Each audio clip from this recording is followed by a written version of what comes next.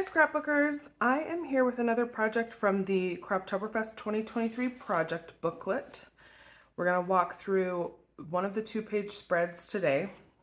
If you need supplies for this project or some help understanding the instructions or anything else, please feel free to get in touch. The way you get the project booklet plus everything else is to order the Croptoberfest 2023 customer bundle.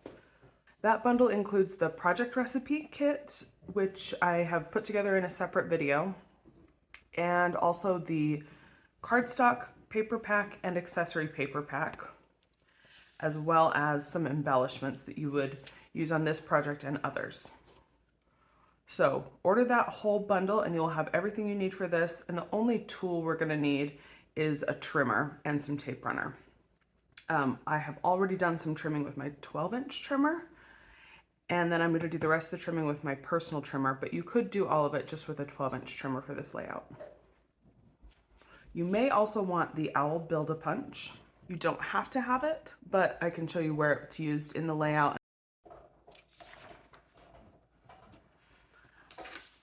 So the layout we're doing today is project number 1.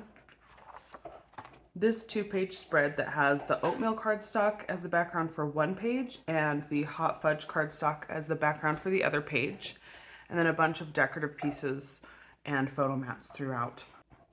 I have already done the majority of the cutting, so let me just show you what I've done so far.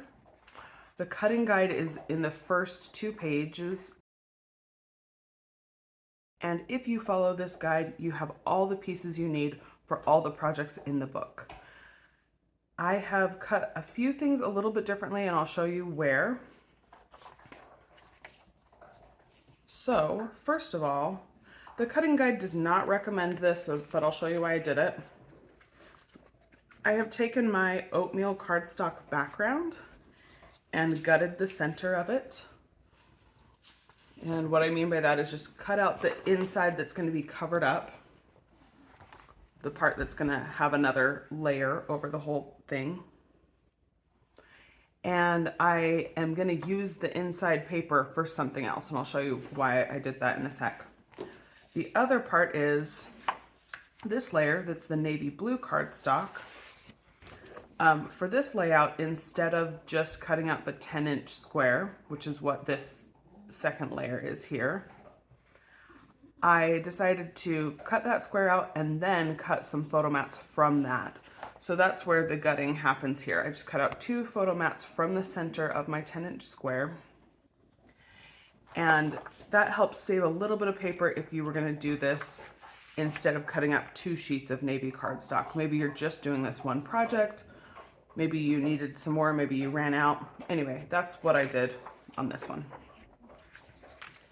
So there's 2 places I gutted some paper instead. I'm not going to do the same on my hot fudge cardstock. That one will just stay a full sheet because of the way the pieces are going together on this layout.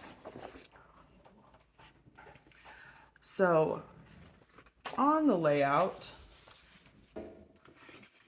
there are 2 full-size cardstock sheets, 12 by 12. Shift this out of the way so I can put those side by side.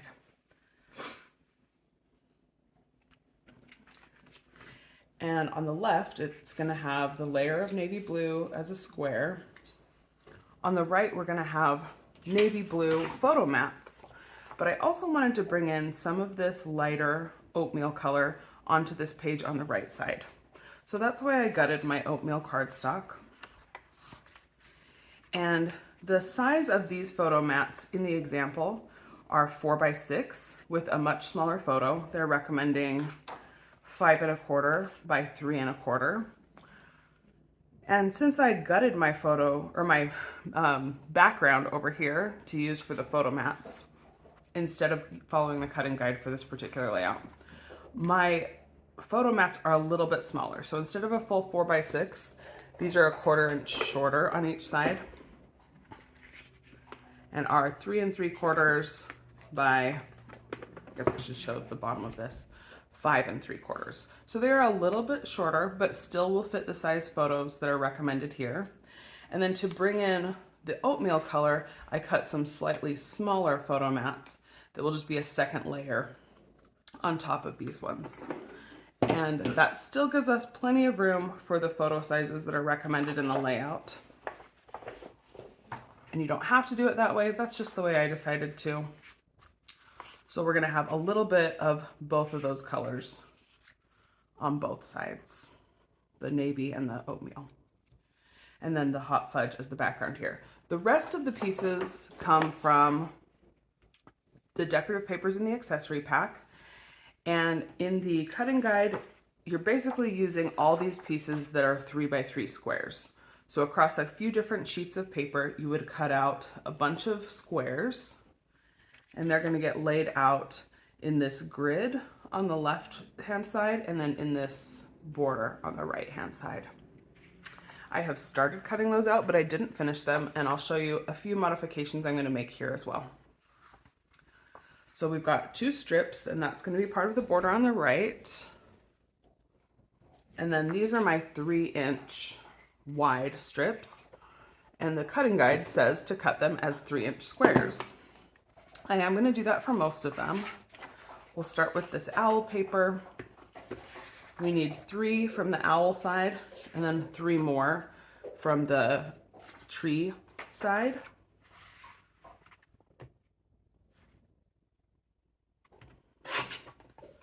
So each of our strips will give us 4. We'll end up with a scrap that we can use to punch out some owls or use for something else.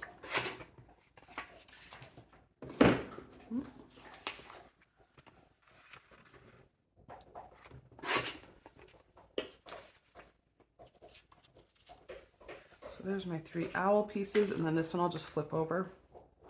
And if you wanted to look at all of your pieces and decide which section of the design of the paper you want to use, maybe there's a piece you want to use on one side versus the other, I'll have a look at that before we put these together and just see if one side is better than the other for any of the pieces. All right, so this one is extra. I'll just lay that aside. Now I've got 3 and 3 of each of those designs. And these pieces are gonna go in the corners here and also in these 2 spots on the border on the right. And those ones I just cut out in their 3x3 squares as it would have been from the cutting guide. I am gonna do something a little different with a few of these others. So from the other designs, you can see we've got this blue leaf pattern, 2 of those 3x3 squares there. But over here, we're gonna cover up almost all of that with photos. So if you wanted to save a little paper, if you only have a little bit of scraps, if something gets cut weird, you have the option to just cut those pieces smaller because we are gonna cover them with photos. And that's what I'm gonna do today. So instead of cutting 4 of the 3x3 squares from this paper, I'm gonna cut 2 squares to begin with. Those will be the squares we put on the border on the right-hand page. And I have enough paper that if I wanted to cut the full 3-inch squares here, I just cut that in half. But you only need, what's gonna show is gonna be 1/2 inch. I wouldn't go that skinny just so you have a little bit of wiggle room. But I'm gonna just cut 2 1-inch pieces here and then save my little bit of extra for something else.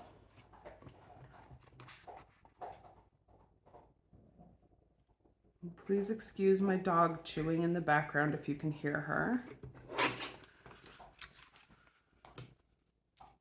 So here's my little strips that will go at the top and bottom of this grid.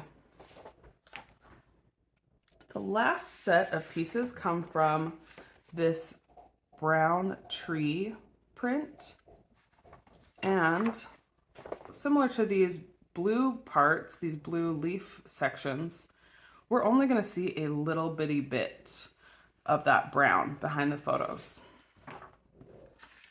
If you are not sure you're going to put 4x4 photos or put this many photos on your layout, maybe you don't want to do it this way. You don't want to like leave a big gap in the middle where you're not going to cover it up. So you could, if you can see this behind the dark area where it's showing photos go, you could just lay out your grid. And if you're going to do that, I would also not recommend gutting your paper. because that will leave a hole in the middle. And then your paper is a little more flexible. Your layout does not need to be totally covered with those photos.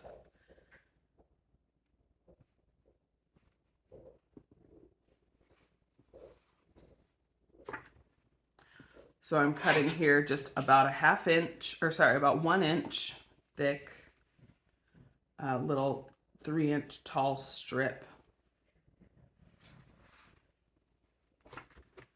of the tree paper. Okay, and that's all we're gonna use on this layout. There is a spot where the example has an owl punch out. So if you wanted to punch one from your hot fudge cardstock, you could even punch it from this area behind where your border is gonna get put together. But the cutting guide actually gives you plenty of options for punching out owls on your paper scraps after you cut out your pieces for the layouts and things. Or you can put a different embellishment there. It doesn't have to be that. I'm gonna just put all these pieces together for the backgrounds and then show the grid with a little more detail.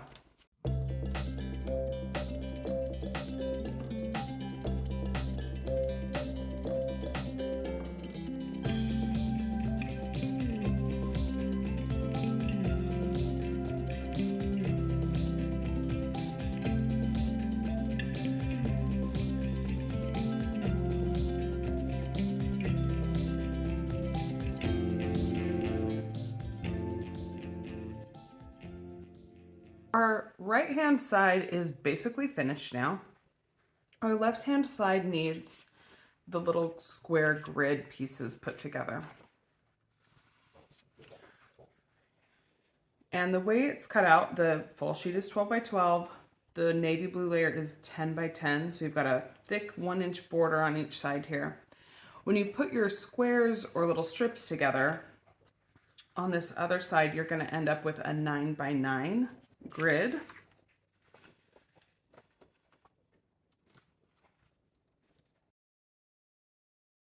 Which means a 1/2 inch on each side here. If you wanted to get some scraps of paper to help you space things, you definitely could do that. But I'm just going to space things using the pieces themselves and then make sure everything looks centered before I attach it.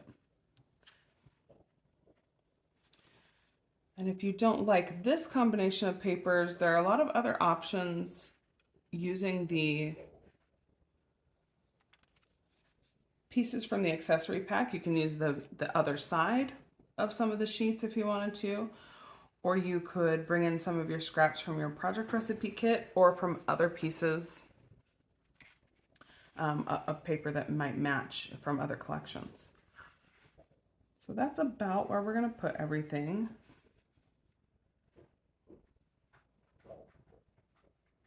And I'll attach these, and we will have this blank spot in the middle where you're seeing the table through it right now. If you were attaching this directly to a Creative Memories album page, that would not be an issue. And if we cover this up with photos, that's not going to show anyway.